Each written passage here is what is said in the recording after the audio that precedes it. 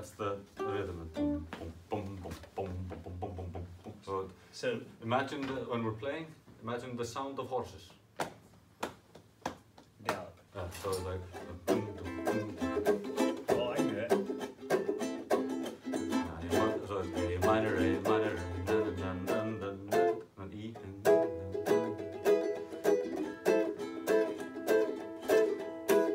I think my one's not. I'm not singing here. That's good. Count. Yeah. Strum it and count.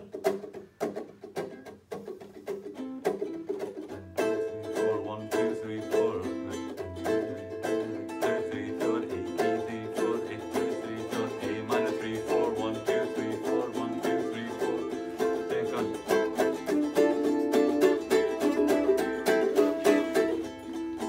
This is wrong. Okay. So when we get here, then it's A minor D, D, D, D, A minor E7, A minor E7, A. So this is wrong. So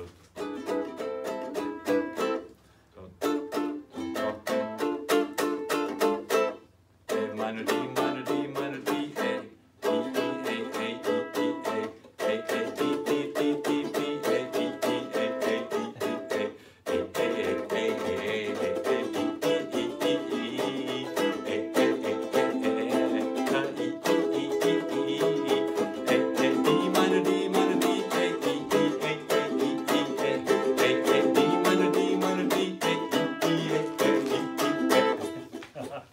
I'm not keeping up with you on that fast part. This is basically we're doing the entire time, except the chorus. Then it goes. I'm gonna chunk at this part, but I can play this part. Okay.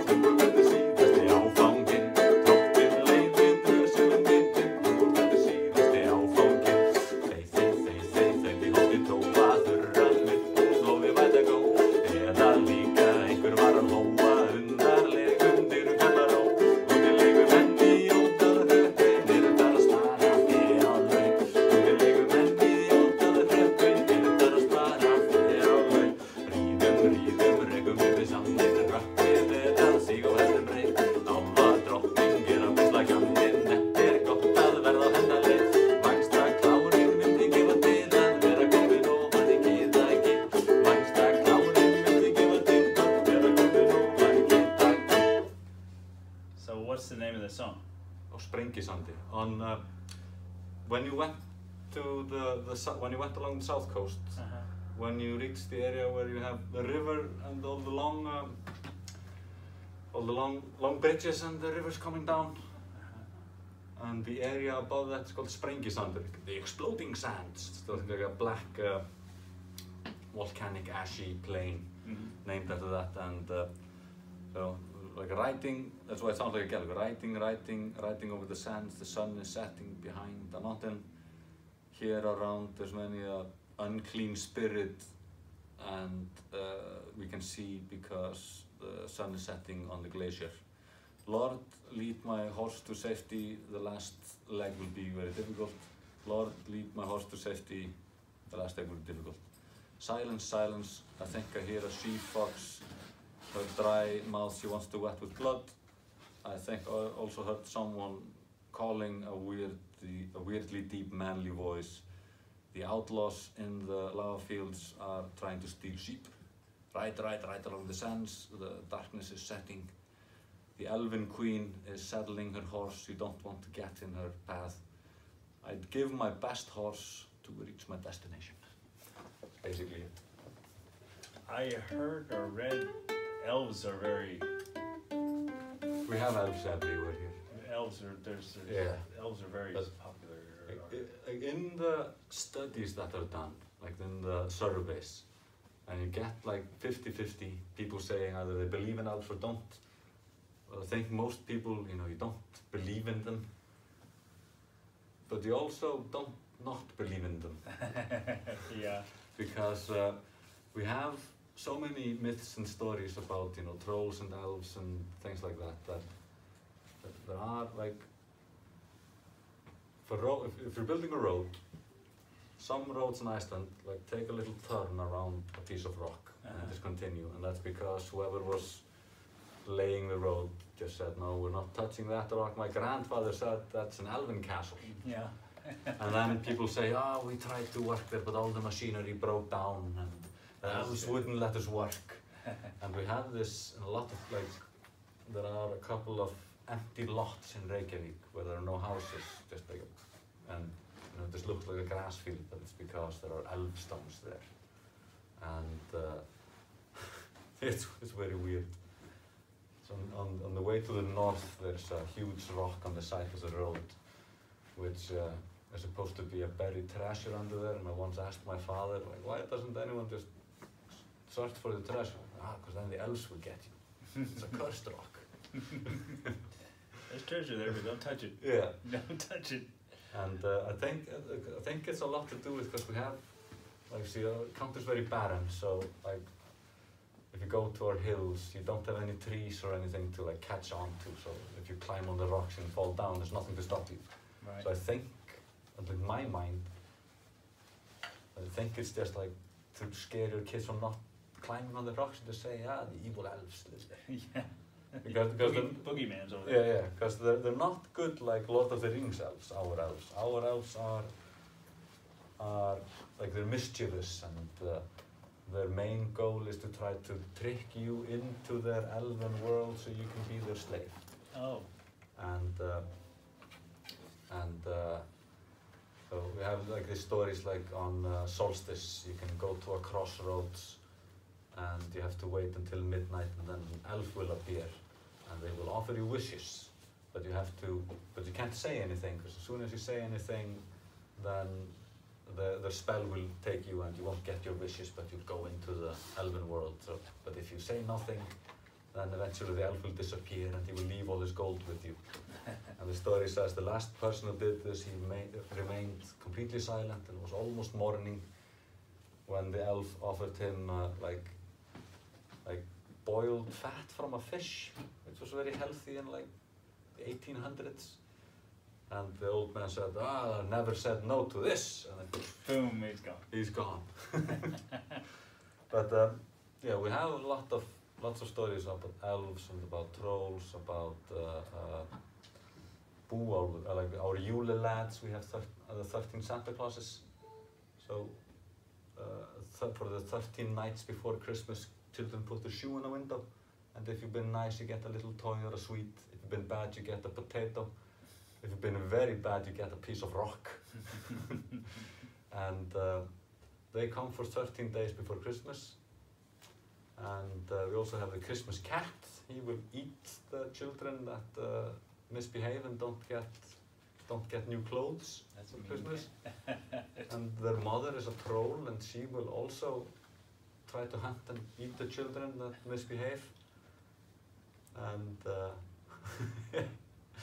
lot of weird mythological things here. And then if you drive around on, like in my town, there are two like rock formations, which one's called the lady with the bag, and that they say, ah, there's a troll lady who was had a bag full of children or something, and then the sun came up and she changed into the mountain there. And there's another like thing in the sea, and go, ah, that's an old troll cow. Most things here have origins in either trolls, or a lot of fjords are because trolls were trying to, you know, in a competition who could like dig the best. I can dig a much deeper hole than you, and then, you know, all of a sudden we have this fjord or that fjord. The islands on the fjords are because they were throwing the rocks behind them, things like that. Legit legend. And we have some beasts as well, some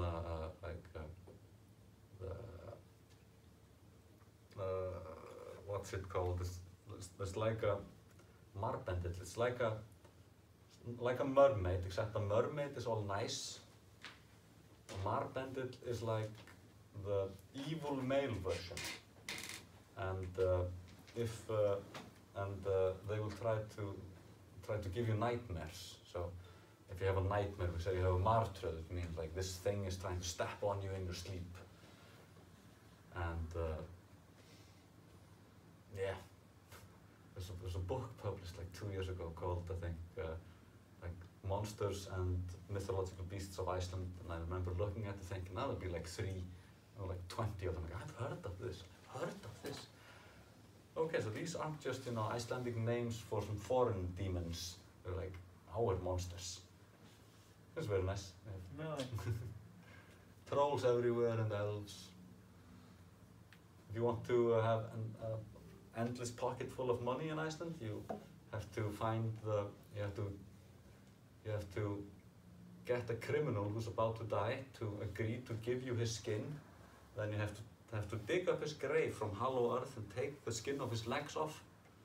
And then you put a coin in his testicle pouch, and you put the pants on over your skin, and you will always have a bag full of money. Well. And actually, if you go to the west of Iceland, to our witchcraft museum, they have an old pair of these dead man trousers there. Actual?